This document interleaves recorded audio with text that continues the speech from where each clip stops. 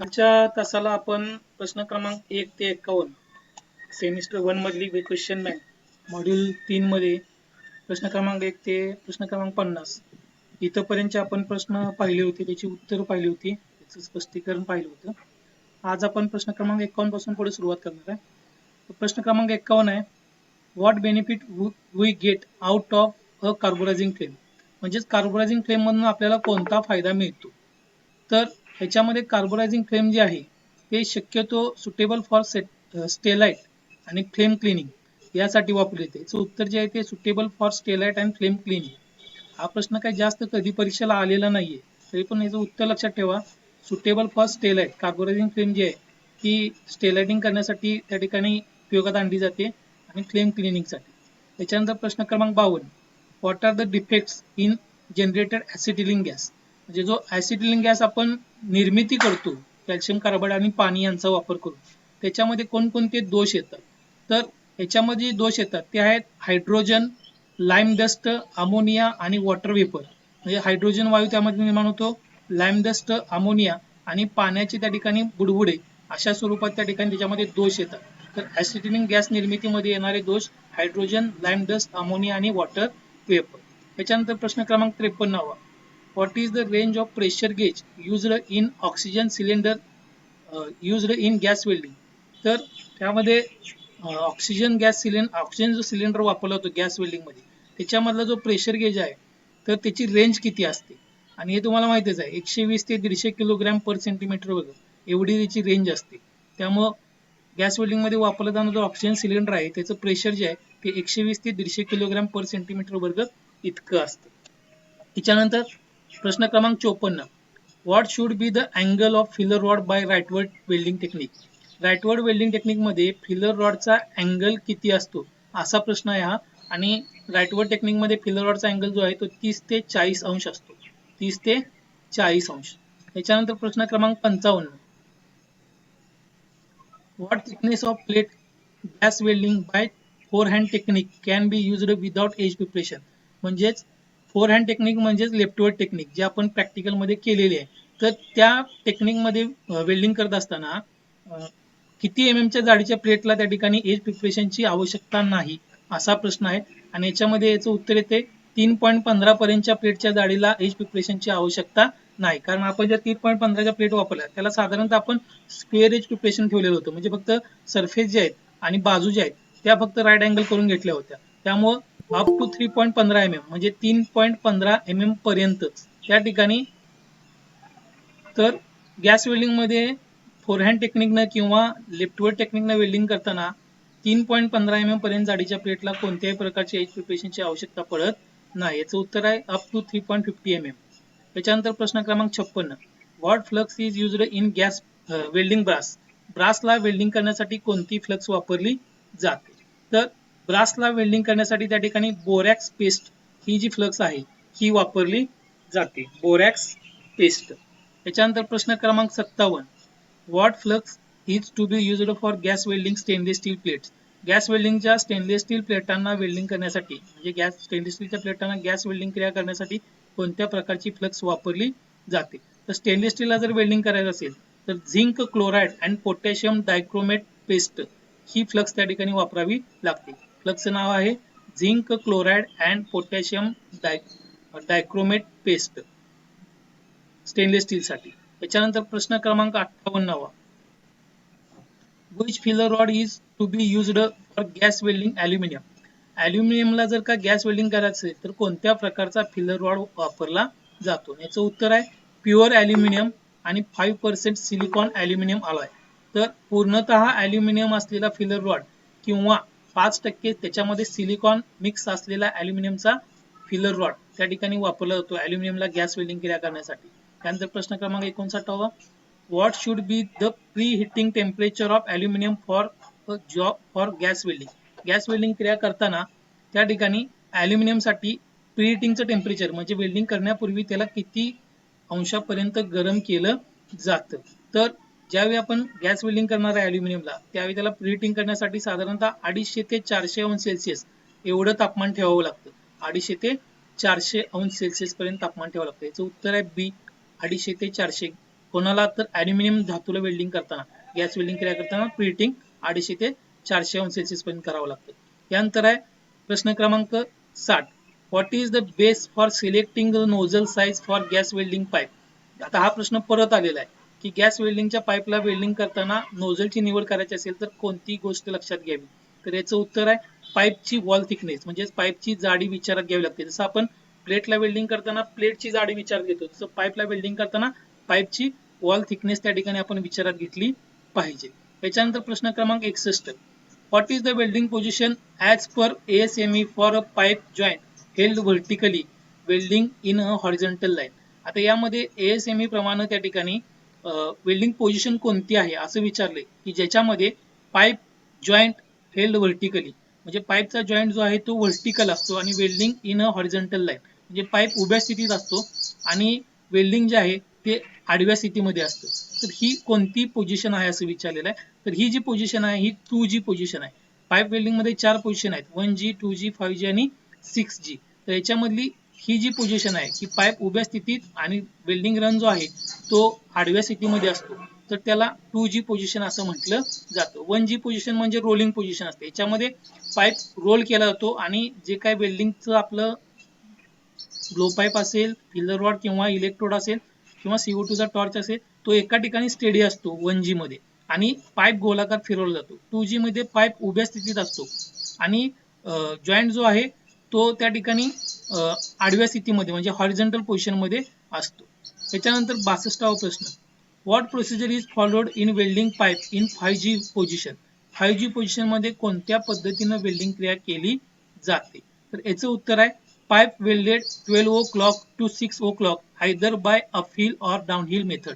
आता 5G म्हणजे काय, त्याच्यामध्ये मोठ्या आकाराचा पाईप आहे, तो आपल्याला हलवता येणं शक्य नाही. तर त्या ठिकाणी 0 ते 12 म्हणजे खालून घड्याळ्याच्या ह्याच्याप्रमाणे जर आपण त्याचे भाग पाडले तर 0 ते 12 जे अंतर आहे हे खालून वरती वेल्डिंग क्रिया करत त्या ठिकाणी पूर्ण केलं जातं आणि राहिलेलं 0 ते 12 या बाजूचा ते सुद्धा त्या ठिकाणी खालून वरती किंवा वरून खाली अशा पद्धतीने, म्हणजेच pipe welded 12 o'clock to 6 o'clock either by uphill और डाउनहिल मेथड. तर याचं उत्तर आहे 5G मध्ये pipe welded 12 o'clock to 6 o'clock either by uphill और डाउनहिल मेथड.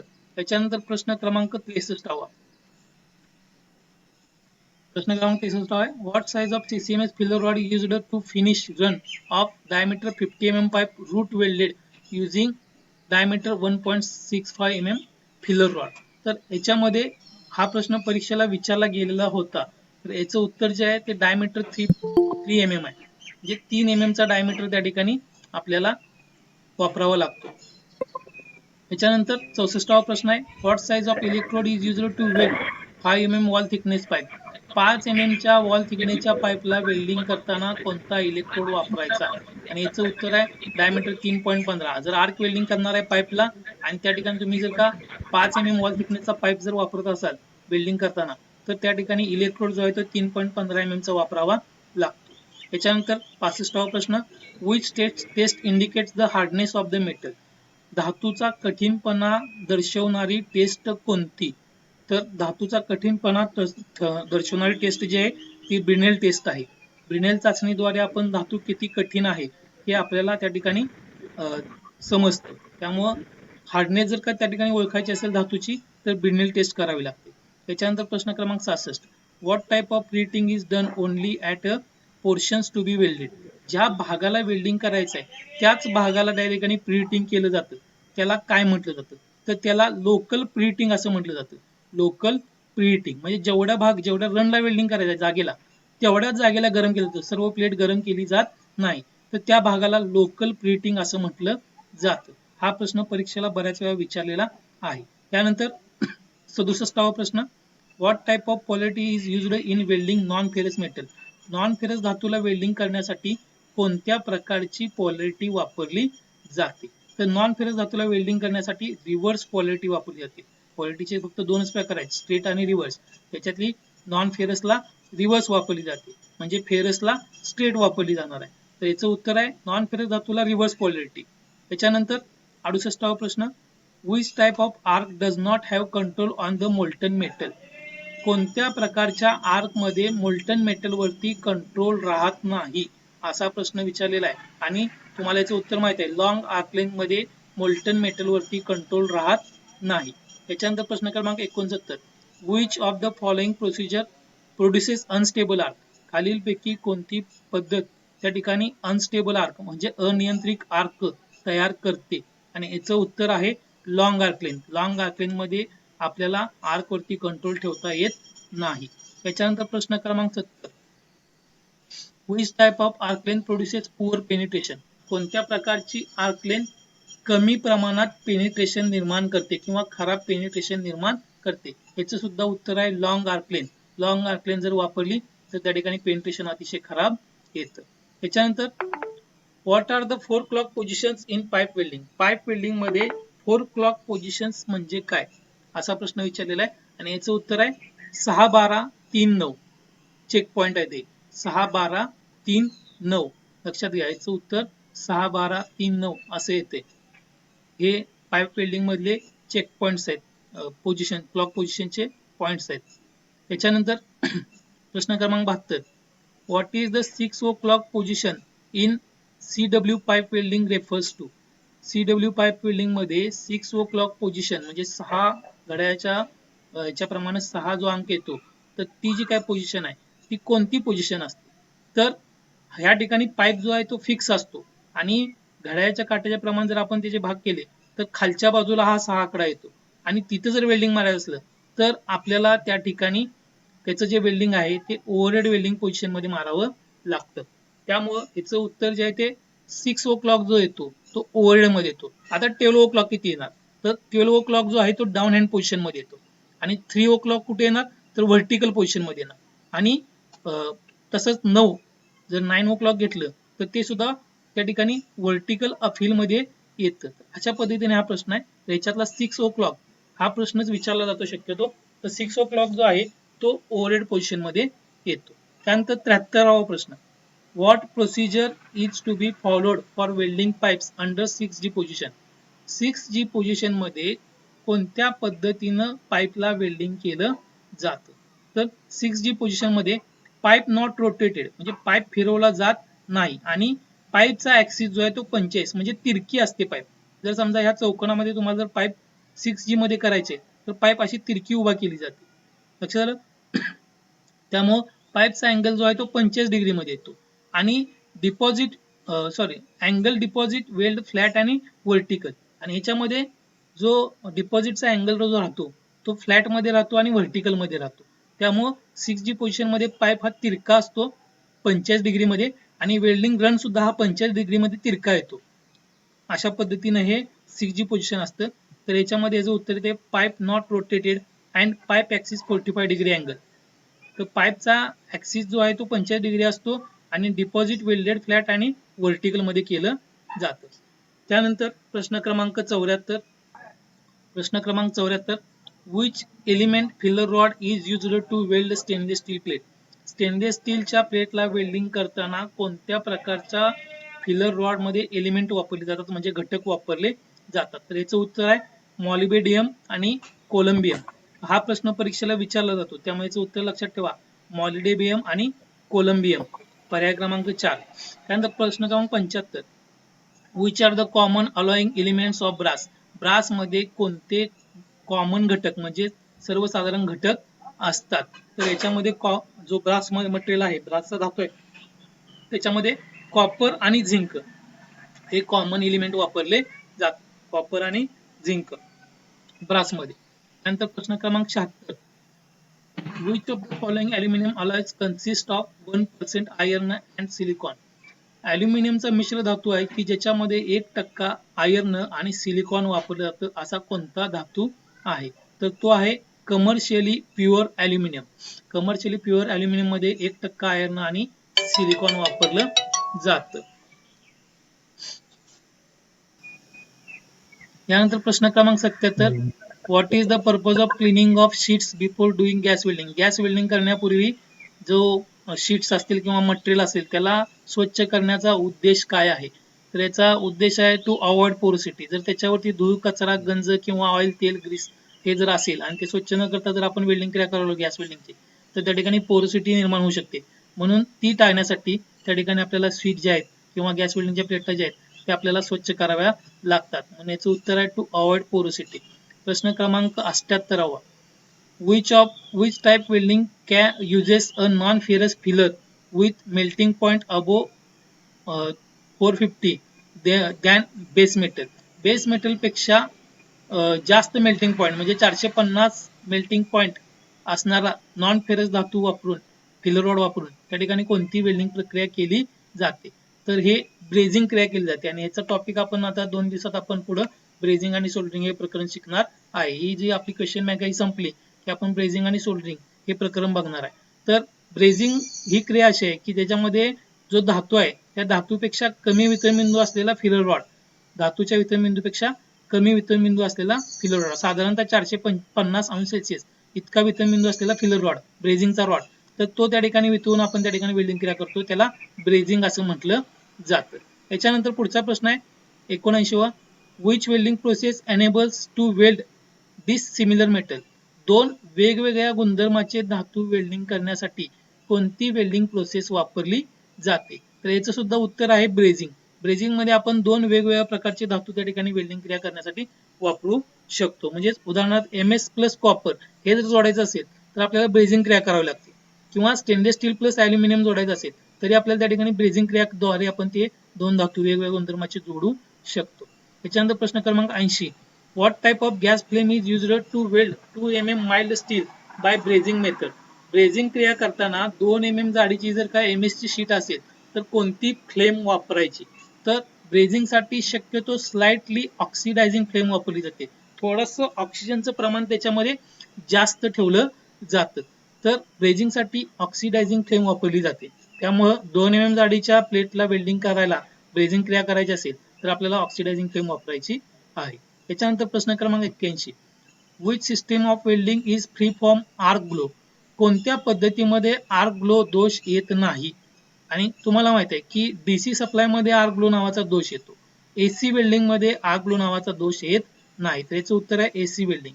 त्याच्यानंतर प्रश्न क्रमांक 82.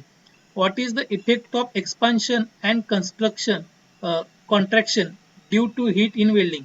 वेल्डिंग मध्ये उष्णतेमुळे धातू प्रसरण आणि आकुंचन पावतो, या क्रियेला काय म्हटलं जातं? किंवा हा जो दोष येतो, परिणाम होतो, त्याला काय म्हटलं जातं? आणि याला डिस्टॉर्शन असं म्हटलं जातं. हा डिस्टॉर्शनचा प्रकार आहे की धातूला उष्णता दिली की धातू गरम होतो, गरम झाला की तो प्रसरण पावतो आणि थंड होताना आकुंचन पावतो, आणि याच्यामुळे जो दोष निर्माण होतो त्या दोषाला डिस्टॉर्शन असं म्हटलं जातं. त्यानंतर प्रश्न क्रमांक 83. What is the type of distortion shown?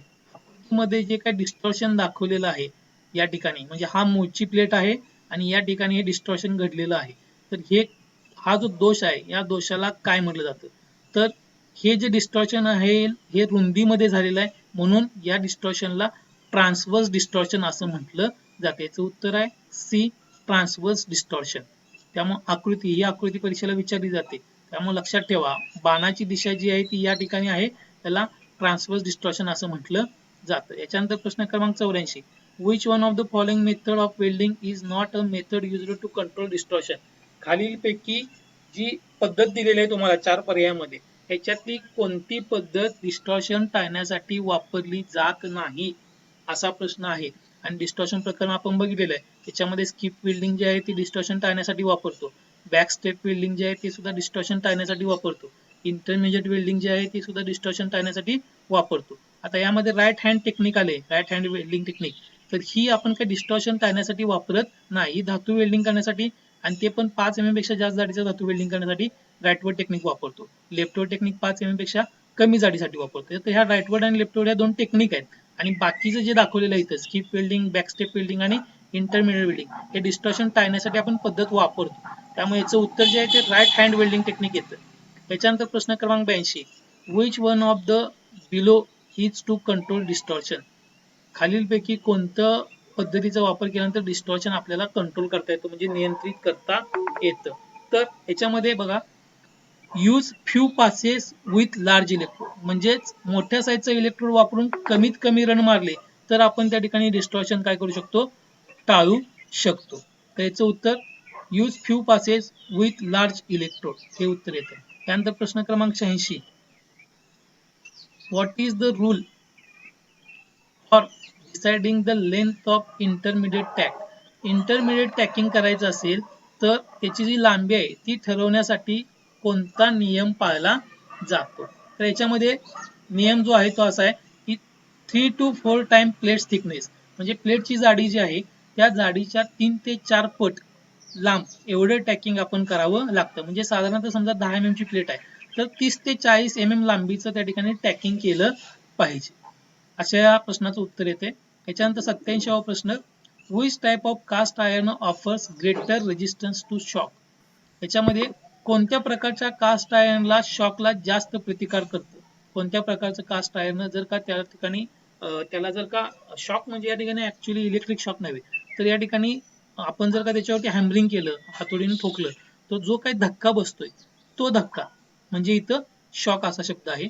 तर कोणत्या प्रकारच्या कास्ट आयर्न मध्ये शॉकला जास्त प्रतिकार केला जातो आणि याचं उत्तर आहे मॅलेबल कास्ट आयर्न. मॅलेबल कास्ट आयर्न मध्ये त्या ठिकाणी किती जरी आपण त्याच्यावरती आघात केला, हॅमरिंग केलं, तरी त्या ठिकाणी त्याच्यामध्ये तो शॉक सहन करण्याची क्षमता असते. त्याच्यानंतर प्रश्न क्रमांक 88, which type of cast iron process higher compressive strength. कोणत्या प्रकारच्या कास्ट आयर्न मध्ये कॉम्प्रेसिव्ह स्ट्रेंथ जी आहे ती जास्त प्रमाणात आहे. कॉम्प्रेसिव्ह म्हणजे दाब, दाब सहन करण्याची शक्ती, आणि याचं उत्तर आहे ग्रे कास्ट आयर्न. उदाहरणार्थ याचं जर तुम्हाला द्यायचं तर आपला बेंच वाईज जो असतो तो ग्रे कास्ट आयर्न या प्रकारचा असतो. ग्रे कास्ट आयर्न त्याच्यामध्ये वापरलं जातं कारण त्याच्यामध्ये आपण हँडलला किती जरी त्या ठिकाणी टाईट केलं तरी त्या ठिकाणी त्याच्यामध्ये तो दाब सहन करण्याची क्षमता असते, म्हणून तो ग्रे कास्ट आयर्न वापरला जातो. तर हायर कॉम्प्रेसिव्ह स्ट्रेंथ आहे ती ग्रे कास्ट आयर्न मध्ये, आणि शॉक रेजिस्टन्स कोण आहे तर मॅलेबल कास्ट आयर्न आहे. याच्यानंतर प्रश्न क्रमांक 89, what is the angle of pipe axis with the base for making and elbow joint. Elbow joint तयार करण्यासाठी त्या ठिकाणी बेससह पाईपचा ऍक्सिस किती असतो, आणि याचं उत्तर आहे बेससह पाईपचा ऍक्सिस 90 अंशामध्ये असतो.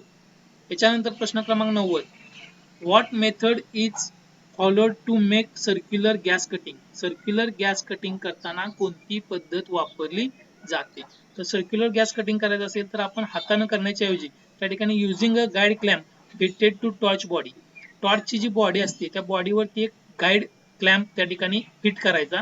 त्याच्यामध्ये त्या गाईड क्लॅम्पला टोकदार टोक असतं आणि सेंटर पंचनं आपण सर्कल जे आहे ज्या कटिंग करायचं आहे त्याच्यामध्ये सेंटर पंचनं बरोबर सेंटरला जर का डॉट मारला आणि त्याच्यामध्ये ते गाईड फिट केलं की बरोबर गोलाकार त्या ठिकाणी सर्क्युलर गॅस कटिंग होऊ शकतं. म्हणून using a guide clamp fitted to torch body हे याचं उत्तर आहे. प्रश्न क्रमांक 91, why deposited bead is not in uniform size.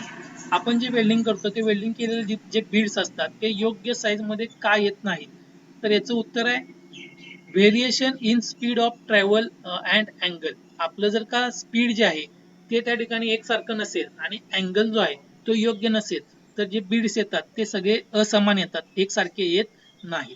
याच्यानंतर प्रश्न क्रमांक 92, which element is present in contact electrode in large portion. Which element is present in contact electrodes in large portions. याचं मराठीमध्ये ट्रान्सलेशन असं आहे, इलेक्ट्रोडच्या मोठ्या प्रमाणावर संपर्क करण्यासाठी कोणता घटक उपस्थित असतो, आणि त्याच्यामध्ये जो घटक आहे तो आहे आयर्न पावडर. त्या ठिकाणी आपल्याला जे आर्क स्ट्राईक करतो त्यावेळी फ्लक्स आहे ती फ्लक्स जॉबला टच झाल्यानंतर त्या ठिकाणी आर्क तयार होते, कारण का तर त्या फ्लक्स मध्ये आयर्न पावडरचं प्रमाण जास्त असतं, त्यामुळे याचं उत्तर आहे आयर्न पावडर. याच्यानंतर 93वा प्रश्न, which size of filler rod should be used to weld 2.5 mm thickness using nozzle 5 by leftward technique. तर लेफ्टवर्ड टेक्निकचा वापर करून नोझल नंबर 5 द्वारा 2.5 mm जाडीच्या प्लेटसाठी जोडण्यासाठी फिलर रॉड कोणत्या साईजचा वापरावा लागेल. तर फिलर रॉड जो आहे तो 2 mm साईजचा वापरावा लागेल. लक्षात ठेवा इथं उत्तरेचं 2 mm येते. हा काय परीक्षेला जास्त कधी प्रश्न आलेला नाहीये, तरी पण नेहमी लक्षात ठेवा 2.5 mm जाडी आहे, 5 नंबरचा नोझल आहे आणि लेफ्टवर्ड टेक्निकने जर वेल्डिंग करायचं असेल तो 2 mm चा त्या ठिकाणी आपल्याला फिलर रॉड वापरावा लागेल. त्यानंतर प्रश्न क्रमांक 94, which process causes the increase in the strength of a part after fabrication. त्यामध्ये कोणत्या प्रक्रियेमुळे वस्तू तयार केल्यानंतर ताकद वाढते असा प्रश्न आहे. तर या ठिकाणी हार्डनिंगची जर प्रोसेस केली आपण त्यावरती धातूवरती त्या वेल्डिंग केल्यानंतर तर त्या ठिकाणी तिची ताकद वाढते, हार्डनिंगमुळे ताकद वाढते. त्यानंतर 95, how the repair of cracks in cast iron component carried out. Cast iron मध्ये जर का क्रॅक आला तर तो दोष कशा पद्धतीनं दूर केला जातो किंवा दुरुस्त कसा केला जातो. तर ह्याचं उत्तर आहे, पहिल्यांदा त्याचं लोकल प्रीहीटिंग करायचं, म्हणजे ज्या भागाला वेल्डिंग करायचं त्या ठिकाणी त्याला गरम करायचं आणि लेफ्ट ओव्हर वेल्डिंग टेक्निक वापरायची आणि फ्लेम हिटिंग इच लेअर, आणि त्यानंतर फ्लेम जी आहे ती प्रत्येक लेअरला त्या ठिकाणी गरम करत राहायचं. अशा पद्धतीनं आपण कास्ट आयर्न मध्ये जो दोष येतो तो आपण त्या ठिकाणी टाळू शकतो. त्याच्यानंतर 96वा प्रश्न, which heat treatment process causes the reduction of brittleness in the steel. तर ब्रिटलनेस म्हणजे ठिसूळपणा, आणि ठिसूळपणा त्या ठिकाणी कमी करायचा असेल तर कोणती हीट ट्रीटमेंट वापरावी लागते. तर त्यासाठी जी ट्रीटमेंट आहे ती आहे टेम्परिंग पद्धत. बाय टेम्परिंग या प्रोसेसनं आपण त्या ठिकाणी ब्रिटलनेस जो आहे स्टील मधला तो कमी करू शकतो. 97वा प्रश्न, what is the cause of porosity in arc welding. Arc welding मध्ये पोरोसिटी येण्याचं कारण काय आहे. तर याच्यामध्ये डंप इलेक्ट्रोड, डंप म्हणजे खराब झालेले इलेक्ट्रोड, जे काही आर्द्रता शोषून घेतलेले इलेक्ट्रोड असतील किंवा फ्लक्स कोटिंग निघालेले इलेक्ट्रोड असतील किंवा बऱ्याच दिवसापासून त्याच्यामध्ये वातावरणात राहिल्यामुळे त्या इलेक्ट्रोड मध्ये जो काय दूषितपणा येतो त्याला डंप इलेक्ट्रोड म्हणतो. तर डंप इलेक्ट्रोडच्या सहाय्याने जर वेल्डिंग केलं तर पोरोसिटी नावाचा दोष येऊ शकतो. प्रश्न क्रमांक 98, what is the welding defect in base metal gets melted and groove formed along the toe of the weld. तर धातूच्या काठ ज्या ठिकाणी रण मारलाय त्या ठिकाणच्या कडा ज्या आहेत त्या मेल्टेड ऑफ होतात, म्हणजे वितळतात आणि त्या ठिकाणी खड्डा तयार होतो. या दोषाला काय म्हटलं जातं. तर या दोषाला अंडरकट असं म्हटलं जातं. प्रश्न क्रमांक 99, what is the name of steel material that is not weldable. Steel मधलं कोणतं मटेरियल आहे जे वेल्डिंग करता येत नाही. हा प्रश्न पाठीमागं पण झाला होता कालच्या याच्यामध्ये.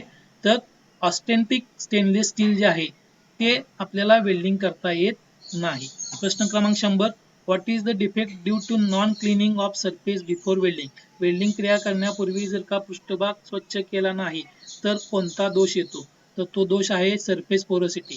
त्या ठिकाणी लहान लहान छिद्र निर्माण होऊ शकतात, कारण पृष्ठभागावरती जर तेल, कचरा, धूळ वगैरे असेल तर त्याच्यामुळे सरफेस पोरोसिटी हा दोष येऊ शकतो. म्हणून प्लेटा स्वच्छ करणं गरजेचं असतं. त्याच्यानंतर प्रश्न क्रमांक 101, what is the reason for lack of fluidity in molten metal in ब्रेज welding. Brazing welding मध्ये विरघळलेलं जे काही मटेरियल असतं त्या धातूमध्ये द्रव पदार्थ नसण्याची कारणं कोणती आहेत असा प्रश्न आहे हा. त्याचं उत्तर आहे इनॲडिक्वेट प्रीहीटिंग. जर तुम्ही धातूला व्यवस्थित लालसर केलं नाही, तप्त लालसर, तर त्या ठिकाणी अशा प्रकारचा दोष येतो. तर याचं उत्तर आहे इनॲडिक्वेट प्रीहीटिंग. प्रश्न क्रमांक 102, what defect can be eliminated by this welding method. या वेल्डिंग पद्धतीमुळे हा जो काही या ठिकाणी क्लॅम्प वापरलेला आहे या क्लॅम्पमुळे कोणता दोष टाळता येऊ शकतो. आणि तुम्हाला माहित आहे या ठिकाणी आपण कॉर्नर जॉईन करतोय त्याला जर का असं दोन्ही साईडने त्या ठिकाणी क्लॅम्प केला तर डिस्टॉर्शन जे येतं ते टाळलं जाऊ शकतं. त्यामुळे याचं उत्तर आहे डिस्टॉर्शन. परीक्षेला ही आकृती आणि हा प्रश्न विचारलाच जातो. नंतर 103, what is the reason for the defect of more spatter during arc welding. Arc welding मध्ये जास्त स्पॅटर्स येण्याचं कारण काय असा प्रश्न आहे. आणि याच्यामध्ये जास्त स्पॅटर्स कधी येतात तर वेल्डिंग करंट जास्त असेल तर. याचं उत्तर आहे वेल्डिंग करंट टू हाय. त्याच्यानंतर प्रश्न क्रमांक 104, what is the welding defect with non fusion of base metal on root face, side face और बिटवीन द वेल्डर. तर what is the welding defect, welding defect कोणता आहे असं विचारलेलं आहे. With non fusion of base metal on root face. जर fusion झालं नसेल, कुठं रूट फेसला फ्युजन झालं नसेल, साइड फेस वरती आणि बिटवीन द वेल्डिंग रन, आणि वेल्डिंग रन मध्ये पण त्या ठिकाणी फ्युजन झालं नसेल तर कोणता दोष असतो. तर त्या दोषाला लॅक ऑफ फ्युजन असं म्हटलं जातं, म्हणजे वितळण्याचा अभाव आहे त्या ठिकाणी. त्यानंतर प्रश्न क्रमांक 105, what is the defect shown in the figure. आकृतीत दाखवलेल्या दोषाचं नाव काय आहे. तर या ठिकाणी बघा, मगाशी तो प्रश्न तुम्हाला विदाऊट आकृती विचारलेला होता की कडा वितळतात आणि खड्डा पडतो. तर या ठिकाणी तसं झालेलं आहे, कड वितळलेला आहे आणि खड्डा पडलेला आहे. या ठिकाणी सुद्धा खड्डा पडलेला आहे. या ठिकाणी सुद्धा कोपऱ्यावरती या ठिकाणी खड्डा पडलेला आहे. तर हा जो दोष आहे या आकृतीमधला हा अंडरकट दोष आहे. त्यानंतर प्रश्न क्रमांक 106, what is the result of inner cone of flame touching the molten metal while welding. Welding करताना जर का इनर कोन जो आहे तो वितळलेल्या मटेरियल मध्ये गेला तर काय दोष येऊ शकतो, कोणता दोष येऊ शकतो. तर त्याच्यामध्ये कॉज ऑफ बॅकफायर होऊ शकतं, म्हणजे फ्लेम जी आहे ती अचानक बंद पडू शकते, फट्ट असा आवाज येऊ शकतो आणि फ्लेम मधून काळा धूर बाहेर पडू शकतो. तर याचं उत्तर आहे कॉज ऑफ बॅकफायर. जर इनर कोन मोल्टन मेटल मध्ये जर गेला तर बॅकफायर होऊ शकतं. त्याच्यानंतर प्रश्न क्रमांक 107. What defect will occur due to incorrect tilt of blowpipe. जर ब्लोपाईपला योग्य प्रकारे मोशन दिली नाही तर कोणत्या प्रकारचा दोष येऊ शकतो. आणि जर ब्लोपाईपला योग्य प्रकारची मोशन दिली गेली नसेल, टिल्ट म्हणजे हालचाल, तर त्या ठिकाणी undercut in weld joints, welding joint मध्ये अंडरकट नावाचा दोष येऊ शकतो. प्रश्न क्रमांक 108. How is the scale and oxide removed from stainless steel weld. Stainless steel welding मधलं ऑक्साइड जे आहे ते कशा पद्धतीनं बाजूला केलं जातं. तर स्टेनलेस स्टील मधलं ऑक्साइड काढायचं असेल तर त्याला heating up to 950 to 1100 degree Celsius and quenched in water. तर त्या स्टेनलेस स्टीलला काय केलं जातं, 950 ते 1100 अंश सेल्सिअस पर्यंत गरम केलं जातं आणि पाण्यामध्ये लगेच त्याला बुडवलं जातं. अशा पद्धतीनं स्टेनलेस स्टील वरचं जे स्केल आणि ऑक्साइड आहे ते काढलं जातं. प्रश्न क्रमांक 109. What makes for the buckling of weld joint in stainless steel during cooling. तर स्टेनलेस स्टीलला थंड करताना त्यामध्ये जे काय बकलिंगची क्रिया आहे ते बकलिंगची क्रिया करताना काय केलं जातं. तर याच्यामध्ये बकलिंगची क्रिया करताना त्या ठिकाणी लो थर्मल कंडक्टिव्हिटी निर्माण केली जाते. त्यानंतर प्रश्न क्रमांक 110. What is the name of short weld metal prior to be welding to hold the plates in perfect alignment. तर वेल्डिंग करताना प्लेटांना योग्य पद्धतीची अलाइनमेंट होण्यासाठी जे लहान लहान वेल्डिंग केलं जातं त्याला काय म्हटलं जातं. तर त्याला टॅक वेल्ड असं म्हटलं जातं, म्हणजे आपण त्याला टॅकिंग असं म्हणतो. तर त्याला टॅक वेल्ड हा शब्द सुद्धा वापरला जातो. प्रश्न क्रमांक 111. What is the type of distortion shown. या ठिकाणी जे डिस्टॉर्शन दाखवलेलं आहे हे डिस्टॉर्शन कोणत्या प्रकारचं आहे. आणि या ठिकाणी आकृतीमध्ये बाणाची दिशा बघा. मगाशी ट्रान्सव्हर्स डिस्टॉर्शन होतं त्यावेळी बाण अशा पद्धतीने होता, आता बाणाची दिशा या दिशेमध्ये इकडून इकडे बाण दाखवलेलं. तर हे जे डिस्टॉर्शन आहे हे लांबी मधलं आहे, म्हणून याला लॉंगिट्युडिनल डिस्टॉर्शन असं म्हटलं जातं. त्यानंतर प्रश्न क्रमांक 112. What is the method of controlling method of distortion shown. या ठिकाणी या बाजूला वेल्डिंग क्रिया करायला सुरुवात केली आहे, या बाजूला त्या ठिकाणी आपण एक मध्ये पाचर घातलेले आहे आणि या बाजूला जास्त अंतर ठेवलेलं आहे. तर ही जी पद्धत आहे डिस्टॉर्शन टाळण्याची त्याला काय म्हटलं जातं. आणि या पद्धतीला डायव्हर्जिंग अलाउन्स म्हटलं जातं. डायव्हर्जिंग अलाउन्स म्हणजे जसं आपण इकडून इकडे वेल्डिंग करत जाऊ तसं हे अंतर काय होणार आहे, कमी कमी होत जाईल आणि त्या ठिकाणी वेल्डिंग क्रिया व्यवस्थित होत राहील, म्हणजे कुठल्याही प्रकारचं त्या ठिकाणी डिस्टॉर्शन येणार नाही. या पद्धतीला डायव्हर्जिंग अलाउन्स म्हणतात. गोलाकार आकृती आहे, याच्यामध्ये मध्ये पाचर गाठलेले आहे आणि इकडून इकडे वेल्डिंग क्रिया करत चाललेला आहे. पलीकडल्या बाजूला अंतर जास्त ठेवलेलं आहे. तर कोणती क्रिया ही तर डायव्हर्जिंग अलाउन्सची क्रिया आहे. त्यानंतर प्रश्न क्रमांक 113. What is the method of distortion shown. या ठिकाणी सुद्धा डायव्हर्जिंग अलाउन्सचीच पद्धत आहे. मगाशी पाईप होती, आता प्लेट आहे. या ठिकाणी अंतर कमी ठेवलंय, या ठिकाणी अंतर जास्त ठेवले, तर हा डायव्हर्जिंग अलाउन्स आहे. या साह्याने आपण डिस्टॉर्शन टाळू शकतो. प्रश्न क्रमांक 114. What is the type of distortion shown. या ठिकाणी आकृतीमध्ये डिस्टॉर्शन दाखवले, त्याचा प्रकार कोणता आहे. आणि या ठिकाणी टी जॉईंट आहे, या ठिकाणी टॅकिंग केलं किंवा वेल्डिंग मारल्यानंतर या ठिकाणी टी ची जी प्लेट आहे ती आतल्या बाजूला वाकलेली आहे, किंवा या ठिकाणी कॉर्नर जॉईंट आहे, कॉर्नर जॉईंट मध्ये 90 अंश यायला पाहिजे, तो 90 अंश न येता डॉटेड लाईन तो वरच्या बाजूला सरकला असं दाखवलंय. किंवा सिंगल विबर्ड जॉईंट आहे, तो बरोबर 180 अंश यायला पाहिजे, पण दोन्ही बाजूने प्लेटा वरच्या बाजूला उचलल्या गेल्या आहेत. तर हे जे डिस्टॉर्शन आहे हे सगळं अँगल मध्ये झाले, म्हणून या डिस्टॉर्शनला अँग्युलर डिस्टॉर्शन असं म्हटलं जातं. प्रश्न क्रमांक 115. What type of defect will occur due to evaporation of the trapped gas from the liquid metal. या ठिकाणी जे वेल्डिंग करतो आपण, ते वेल्डिंग करताना त्या ठिकाणी धातू जो आहे तो लिक्विड स्वरूपात येतो आणि तो लिक्विड स्वरूपात असताना त्या ठिकाणी त्याच्यामध्ये जो गॅस आहे तो अडकला जातो आणि तो गॅस त्याच ठिकाणी थांबतो. त्याला काय म्हटलं जातं, तर त्याला पोरोसिटी असं म्हटलं जातं. वेल्डिंग रनच्या आतमध्ये त्या ठिकाणी गॅस अडकणं या डिफेक्टला पोरोसिटी असं म्हटलं जातं. प्रश्न क्रमांक 116. Which welding the slag inclusion defects will occur. कोणत्या वेल्डिंग पद्धतीमध्ये स्लॅग इन्क्लुजन नावाचा दोष त्या ठिकाणी येऊ शकतो. तर याच्यामध्ये आर्क वेल्डिंग मध्ये स्लॅग इन्क्लुजन नावाचा दोष येतो, कारण त्याच्यामध्ये स्लॅग तयार होते आणि ती अडकण्याची शक्यता असते, लक्षात ठेवा. त्यामुळे याचं उत्तर आहे manual metallic arc welding, MMAW म्हणजेच आर्क वेल्डिंग. दुसरं जे 3 प्रकार दाखवलेत त्यामध्ये टंगस्टन इनवर्ट गॅस वेल्डिंग, तर याच्यामध्ये कधी त्या ठिकाणी स्लॅग निर्माण होत नाही. त्यानंतर मेटॅलिक इनवर्ट गॅस वेल्डिंग म्हणजे CO2 वेल्डिंग, याच्यामध्ये सुद्धा स्लॅग निर्माण होत नाही.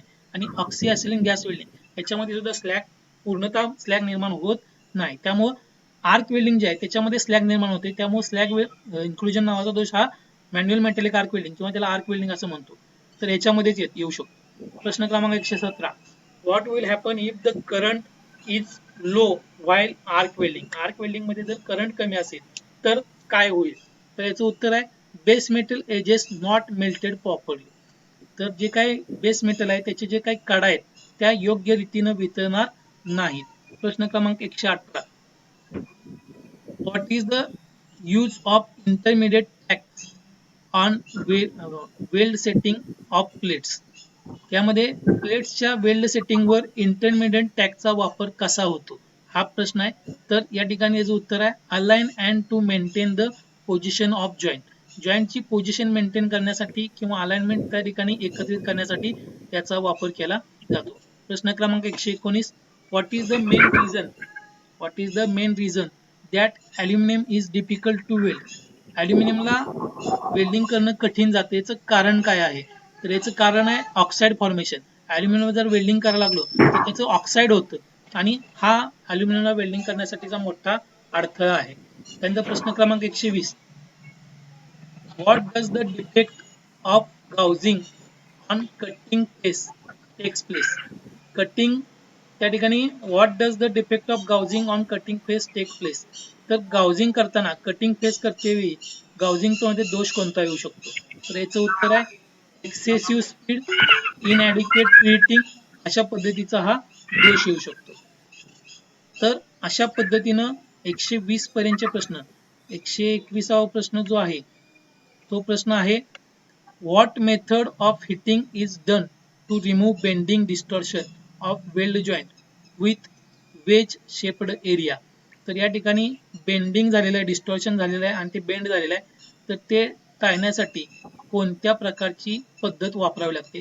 तर त्यासाठी आपल्याला ट्रायंग्युलर हिटिंग म्हणजे त्रिकोणी आकारामध्ये त्या ठिकाणी धातू गरम करावा लागतो, म्हणजे ब्लोपाईपची हालचाल जी आहे ती त्रिकोणी आकारामध्ये करावी लागते, त्याला ट्रायंग्युलर हिटिंग असं म्हटलं जातं. तर या पद्धतीने आपण बेंडिंग जो दोष आलेला आहे, डिस्टॉर्शन आलेलं आहे, ते टाळू शकतो. अशा पद्धतीने आज आपण सेमिस्टर 1 मधलं मॉड्यूल 3 याच्यामधले 121 प्रश्न जे आहेत, म्हणजे कालच्या तासाला 1 ते 50 आणि आजच्या तासाला 51 ते 121 हे प्रश्न आपण उत्तरासहित त्या ठिकाणी त्याचं स्पष्टीकरण बघितलेलं आहे. नक्कीच हा व्हिडिओ तुम्हाला परीक्षेच्या वेळेस हा अत्यंत उपयोगी ठरेल. ज्यावेळी तुम्हाला CBT एक्झाम असेल आपली, त्यावेळी तुम्हाला हा व्हिडिओ किंवा याच्या आधीचे आपण मॉड्यूल 1, मॉड्यूल 2 आणि मॉड्यूल 3 चे 2 व्हिडिओ, असे 4 व्हिडिओ आतापर्यंत आपल्याला सेमिस्टर 1च्या सर्व क्वेश्चन बँक बद्दलचे आपण तुम्हाला दाखवले आणि ते तुम्ही आवर्जून पुन्हा एकदा बघा. जे काही प्रश्न तुम्हाला त्या ठिकाणी शंका वाटत असेल प्रश्नाबद्दलची, तर त्या प्रश्नाचा नंबर नोट डाऊन करा आणि पुढच्या तासाच्या वेळेस त्या ठिकाणी हे प्रश्न परत एकदा तुम्ही नंबर सांगा, त्या प्रश्नाची परत एकदा आपण माहिती अवश्य घेऊ. आणि हे जे प्रेझेंटेशन आहे हे तुम्ही पाहिल्याबद्दल तुमचे सर्वांचे धन्यवाद.